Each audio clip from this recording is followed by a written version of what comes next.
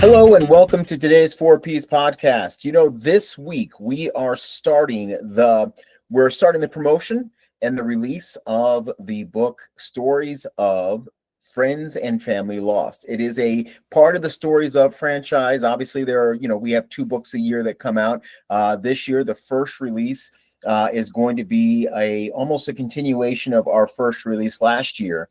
We had Stories of Children Lost. And this year we're going to have stories of friends and family lost. Now, there are stories of all people who've lost people in all different walks of life.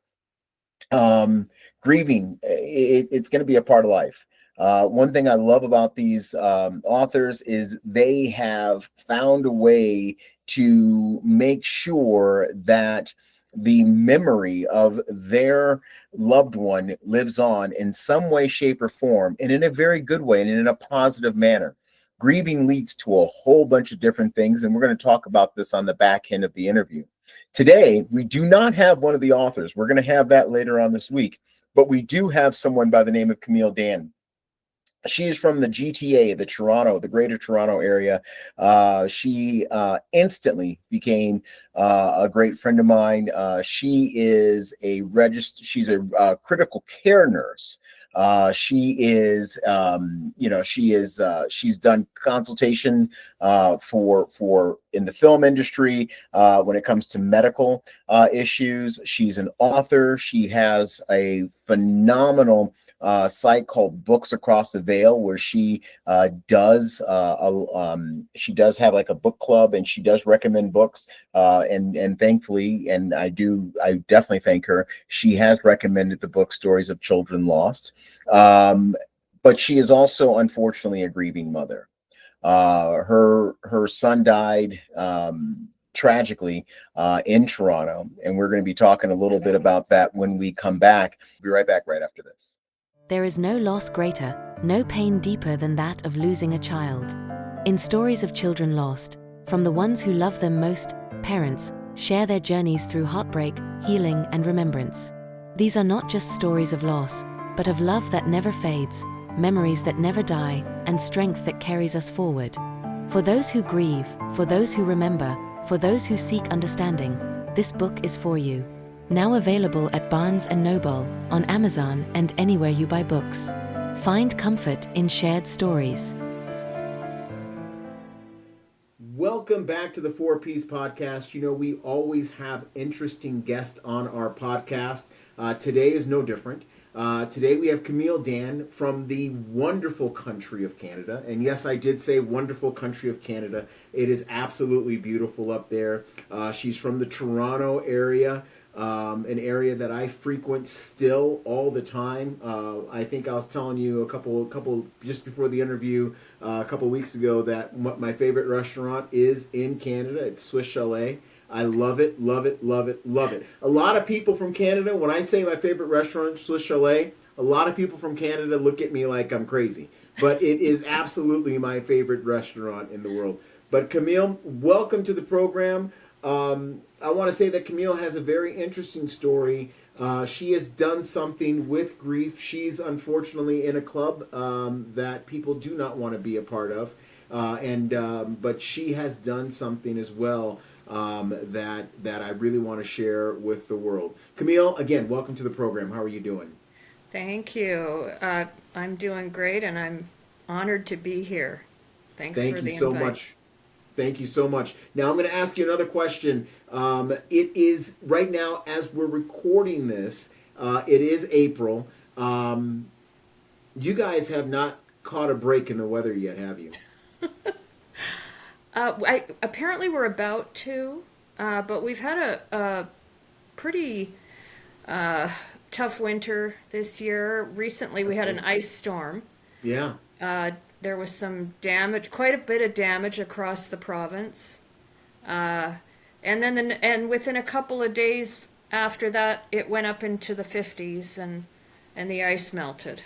So Yeah, that is unbelievable. I mean, I will say the prettiest summers in the world are in southern Ontario. However, I will also say you have to pay dearly to have one of the prettiest summers in the world, because it is a brutal and long winter in southern Ontario. And it's not like a long winter where you get tons of snow. It's just a long, like that miserable weather that people get in the meantime. Dreary. But I mean, Very it is dreary.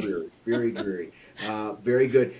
Again, I did tell the audience that you are part of the club that you don't necessarily want to be a part of. Camille, you are more than welcome to go ahead and share as much of the story as you want. Please go ahead. Thank you. Yeah, it's the club no one wants to be a member of, for sure. No one expects to be a member of the club of grieving parents. And I know you know well how that is. I lost my son Aaron. He was 31 years old, my eldest child. And my firstborn, I became a parent because of him. And it was the biggest shock. It's something that your brain doesn't really want to accept for a very long time, or acknowledge the reality of it. Aaron was like, he was, I don't want to say we were best friends, because parents and kids aren't really friends like friends are, but he was like my closest confidant. He was such a brilliant young man. And I noticed from a very early age he was wise beyond his years, and I used to say he was an old soul. Mm-hmm. He understood so much and was ahead of expectations. And by the time he was a young adult, he was so full of empathy and understanding and generosity and kindness. And he went through some struggles too. In his later teen years, he got into some drug use, and that was a really difficult period. And it's as difficult for the parent when your child is going through something like that as it is for the individual going through a period of addiction in their lives. Absolutely. But he agreed to go for rehab, and we have outpatient rehab here in Canada. Okay. And so he was able to do an outpatient program, and he did extremely well. He went through it, was working, living on his own, had his own dog, and, he, even the night before it happened, we went out to one of our favorite pizza places, and we were talking about what his plans were. He was planning to he wanted to get a place that needed to be renovated, so he was talking all about that. And some of the stuff that he used to talk to me about when before was, I mean, I didn't even understand some of the things he was telling me. Like, he was telling me this was years ago, about quantum computing and how that's going to work. And right. Explaining it in detail, and even drawing a diagram for me to be able to understand it better. So he had a lot of interest. He was very well read. He loved history, reading about, any period of history. And so we talked about those things. We talked about business and everything. And then one day I got that terrible news that he was gone. And believe it or not, this was in 2019 on September 22nd, and the circumstances surrounding it are still unknown. At the time, this was like just before COVID hit, mm-hmm. and it was very quickly chaos here. The police were understaffed to handle everything. And so Aaron's case got kind of, delayed and delayed and delayed. And here we are. Well, it'll be 6 years this year, and we still don't have any real answers to how it happened. But he fell from the 12th floor of his, where his apartment was.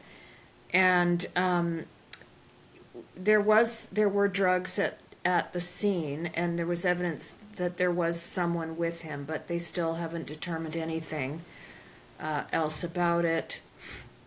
And I was surprised because he had done so well in rehab. And I guess as a parent, when your child has gone through a struggle and has done well and come through it well, you don't expect something like this, but people can relapse. It's possible that there was a relapse, obviously. But how he fell, we don't know. That is, it's a tragic story to hear, and so he was obviously found on he was found by someone else. How do they have? And again, there is evidence of someone at the scene. What evidence do they have that someone else was there? Well, there was paraphernalia for more than one person, and Okay. also there were items that didn't belong to Aaron in his apartment. So this is a situation where someone's probably witnessed what happened and just left. We believe that's what happened. Yes. And Yeah. it could have been a number of reasons. I mean, we have reason to believe it was accidental, but there are so many different scenarios that can come about that. Even if it was an accident, why would someone leave unless they were afraid of, Yeah, that's what might happen to them, if they stayed. But that initial shock when you get that news, I know you've been there and you know how that feels. It your mind just goes like into this state of total confusion is what happened with me. And then of course you want to get to your child, you want to be at their side, and there was this big police scene. And then you go into, like, I guess, shock. And I went into shock. And, in all these years, I've found that that's very common for parents. It doesn't matter how their child passed. It's always a shock to them. Even if your child had an illness prior or had a dangerous lifestyle prior, no parent, it's an out of order loss, and it doesn't, our brains don't compute it. No. My mother passed only 4 months before Aaron, and my mother was 89 years old. So, our brains are programmed with loss of that order. Of course, when my son passed, any grief for my mother was completely overshadowed by my grief for my son. And, I think that's probably very common for people as well in child loss.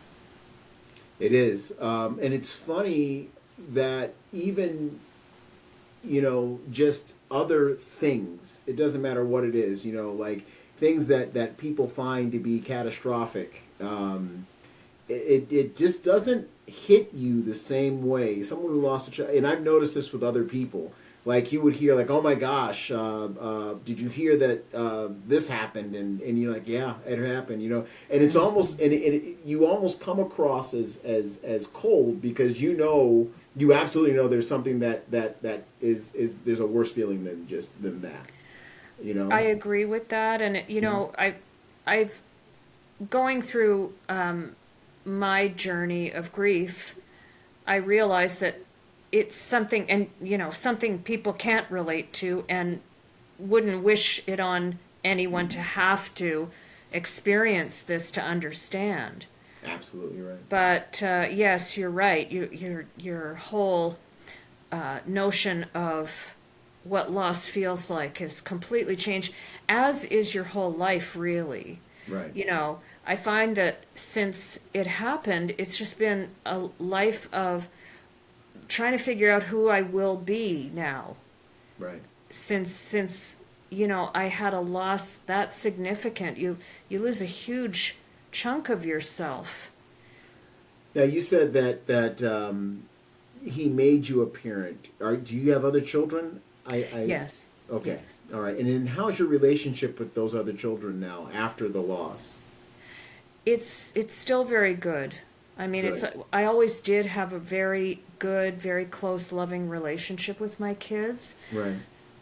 Trying to help them with their grief was really difficult for me. Absolutely. When you're in the depths of your own grief, and you're a parent and you feel responsible for your other children, but you just don't know how to handle your own grief, never mind anyone else's. It was a really tough time, and I found that my kids have always been able to come to me with anything.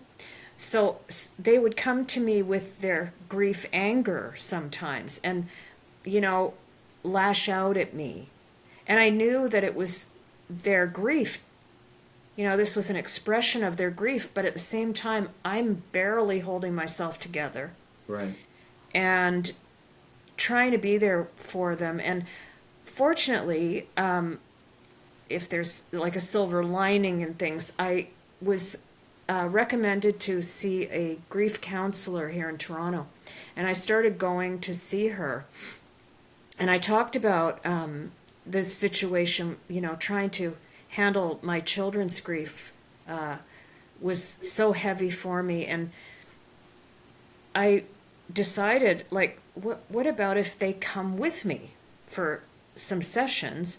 Okay. And so I went to them. I knew if I said, you need counseling to them, they would probably, maybe one of them would say okay, but they wouldn't. But what I decided to do was say, will you come for one session, at least one session with me? And that wasn't too much to ask, so they agreed. So from that point forward, they chose to get some of their own counseling because they were introduced to it. Now, they didn't all go back to the same counselor I was seeing, but they got counseling, and that really helped. Good. Yeah.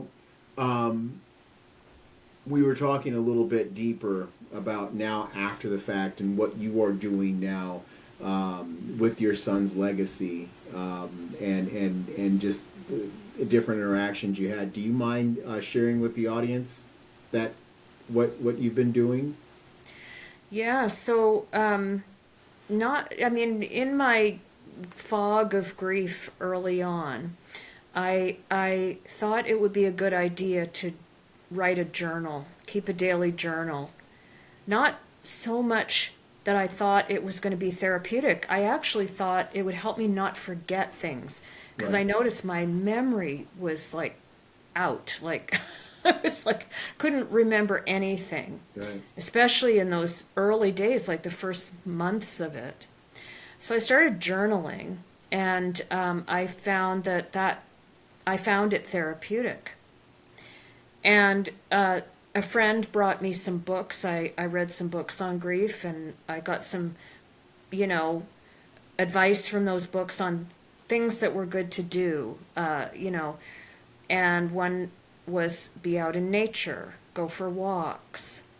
So I started doing that. And I also realized that, I didn't want to get out of bed.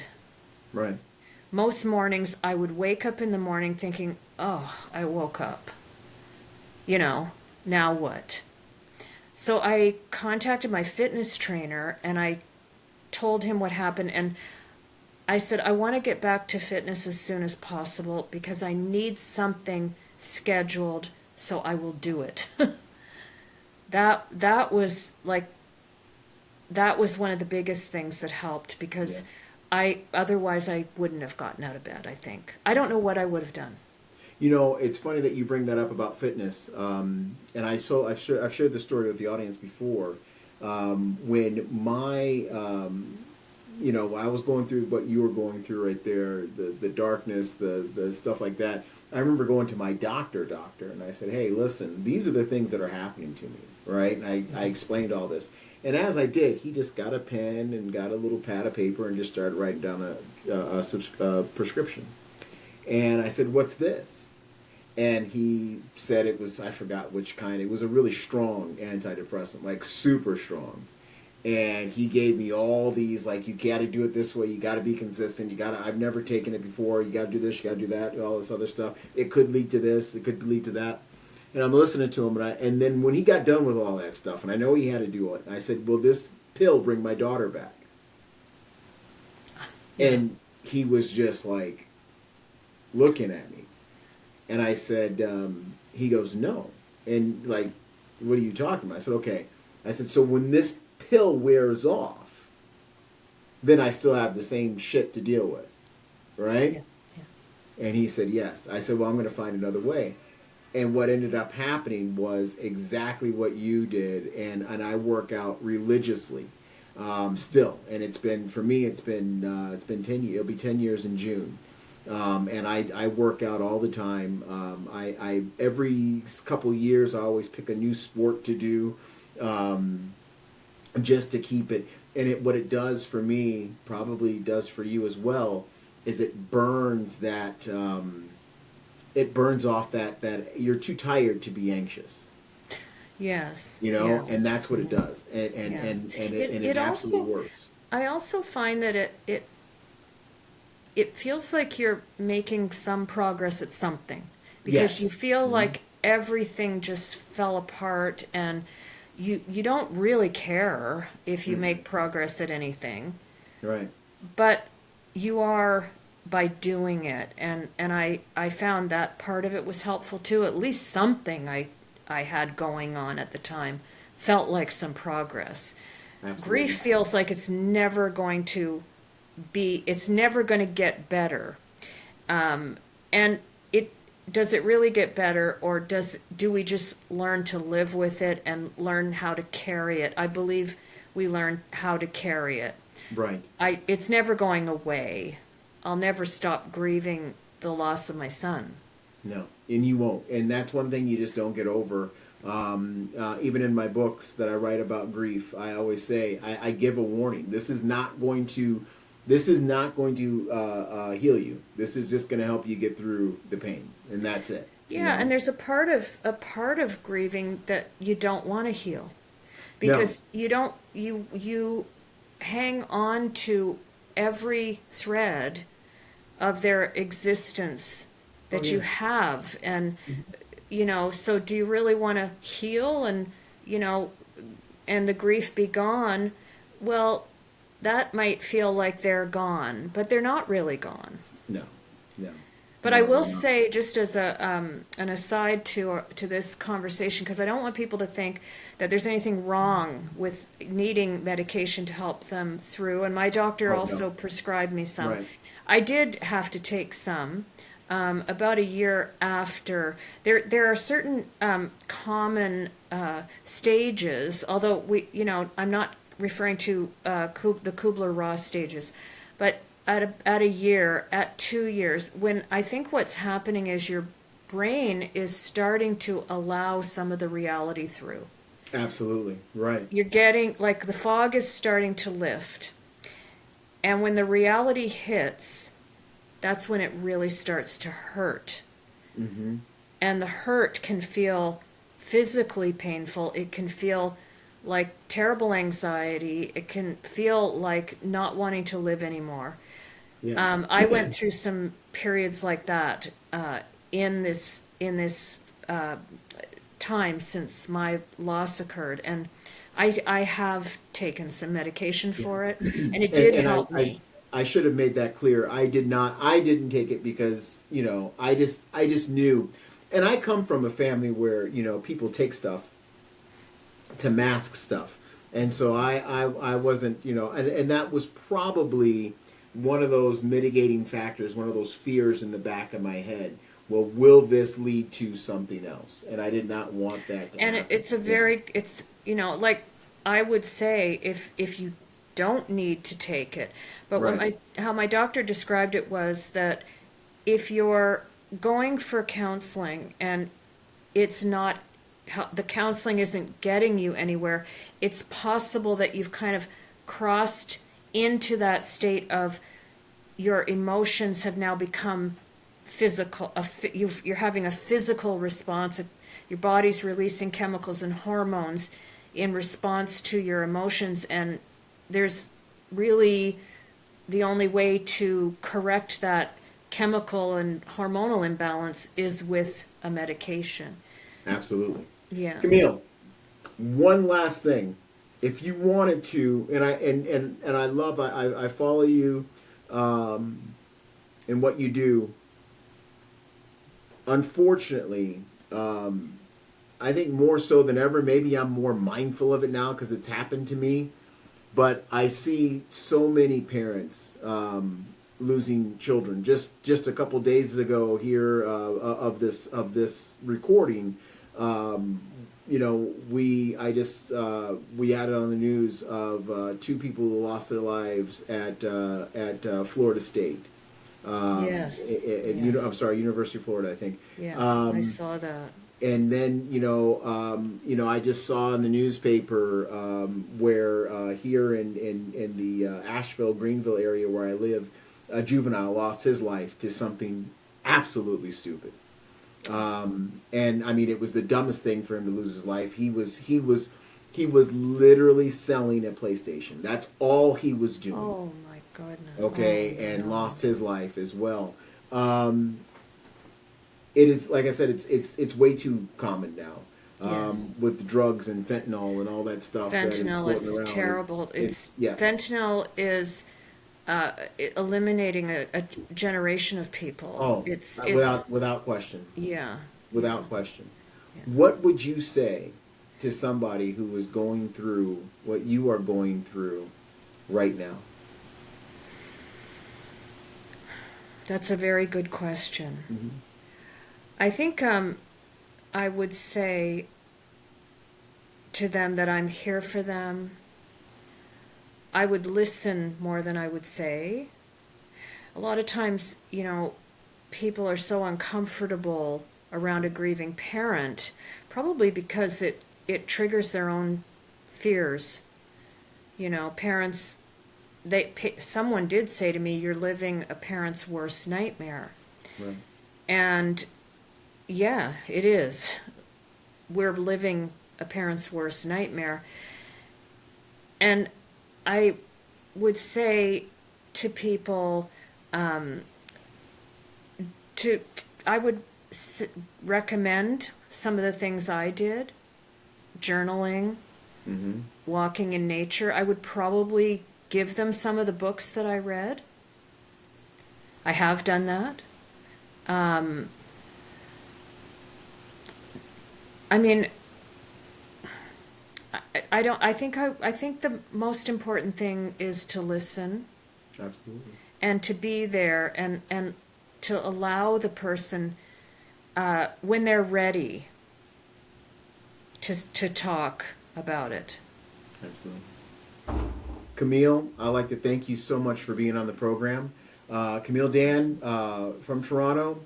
Again, you can follow her. I will have the links in the podcast notes here to reach out to her, ask her more questions, and she is here to help. She is here to help. She's a wonderful individual, it's like I said, she is definitely here to help. We'll be right back right after this. Your story matters. Your voice deserves to be heard. At DNP, we bring your dream, purpose, and passion to life in print. Whether your manuscript is ready to go or just an idea waiting to unfold, we're here to guide you. With expert editing, stunning graphics, and the knowledge to make your book a reality, we'll help you share it with the world. From book festivals to signings, this is your moment. Let's turn your dream, purpose, and passion into print. Connect with us today and make your dream a reality. Welcome back to the final segment of the 4-Piece podcast. I hope you enjoyed Camille Dan and her interview. My heart hurts for her a lot. The reason for that is because, number one, she lost her son. Number two, she doesn't really know exactly how she lost her son.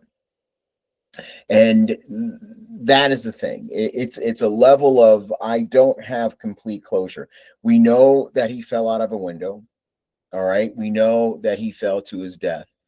We know that drugs are involved. But even the police said that there's evidence that there was another person there. So there is somebody out there in the Greater Toronto area that has an idea. I mean, there's a very strong possibility that has an idea and knows exactly what happened to Aaron.